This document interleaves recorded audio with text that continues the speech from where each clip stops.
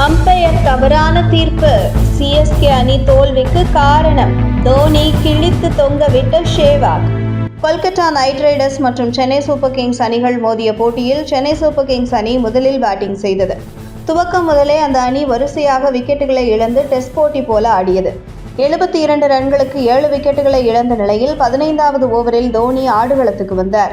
அவர் 9ஆம் வரிசையில் தான் பேட்டிங் செய்ய வந்தார். அதுவரை சிஎஸ்கே அணி 72 ரன்கள் மட்டுமே எடுத்திருந்த நிலையில் தோனி அதிரடியாக ஆடி சிஎஸ்கே அணியின் ஸ்கோரை உயர்த்துவார் என ரசிகர்கள் தங்களின் கடைசி நம்பிக்கையை அவர் மீது வைத்தனர்.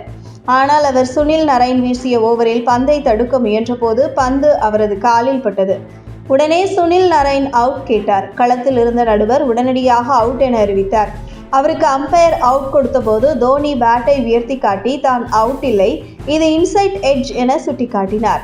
ஆனாலும் கள நடுவர் அதை ஏற்றுக்கொள்ளவில்லை. இதையடுத்து 3வது அம்பையரிடம் ரிவ்யூ கேட்டார் தோனி. ரிவ்யூ செய்த போது ரீப்ளேயில் பேட்டுக்கும் பந்துக்கும் இடையே இடைவெளி இருப்பது போல இருந்தது.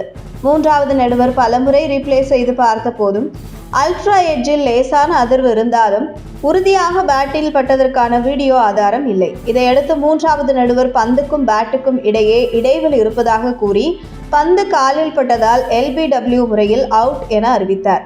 இதையடுத்து சிஎஸ்கே அணியின் கடைசி நம்பிக்கையான தோனி ஆட்டமிழந்து வெளியேறினார். தோனி 4 பந்துகளில் 1 ரன் மட்டுமே எடுத்து வெளியேறியிருந்தார். தோனி அவுட் இல்லை என அவரது ரசிகர்கள் சமூக வலைதளங்களில் வீடியோ ஆதாரங்களையும் புகைப்படங்களையும் வெளியிட்டு வருகின்றனர். இந்த நிலையில் ஒருவேளை அங்கே நாட் அவுட் வழங்கி தோனி இன்னும் கொஞ்சம் விளையாடி 30 ரன்கள் எக்ஸ்ட்ரா எடுத்திருந்தால் சிஎஸ்கே வெற்றிக்கு போராடும் வாய்ப்பு கிடைத்திருக்குமா என்று வீரேந்திர சேவாக்கிடம் கேட்கப்பட்டது. அதற்கு 20 ஓவர்கள் வரை தோனி நிலைத்து நின்று விளையாடி இருந்தால் கூட ஒன்றும் சாதித்திருக்க முடியாது என்று சேவாக் தெரிவித்தார். இது பற்றி சேவாக் கூறுகையில், கண்டிப்பாக எந்த மாற்றமும் நிகழ்ந்திருக்கும் என்று நான் நினைக்கவில்லை.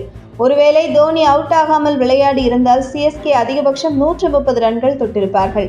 104 இலக்கை கொல்கத்தா 10.5 ஓவரில் சேசிங் செய்தார்கள். ஒருவேளை தோனி 20 ஓவர்கள் விளையாடி இருந்தால் இந்த நிகழ்ச்சியில் நாம் 10.30க்கு பதிலாக 11.30 மணிக்கு மேல பேச வந்திருப்போம். மற்றபடி வெற்றியில் வித்தியாசம் ஏற்பட்டிருக்காது என்று தோனி முழுமையாக விளையாடி இருந்தால் மட்டும் சாதித்து விடுவாரா என சேவாக் கலாய்த்தார். இந்த நிலையில் சிஎஸ்கே அணிக்கு தோனி மீண்டும் கேப்டனாக பொறுப்பேற்றதை அடுத்து வெற்றி பாதைக்கு திரும்புவார்கள் என எதிர்பார்க்கப்பட்டது. ஆனால் தொடர்ச்சியாக 5வது தோல்வியை பெற்று புள்ளிப்பட்டியலில் 9வது இடத்தில் உள்ளது சிஎஸ்கே அணி.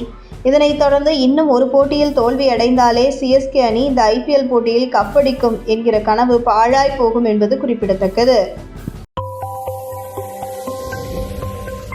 உங்கள் தின சேவல்.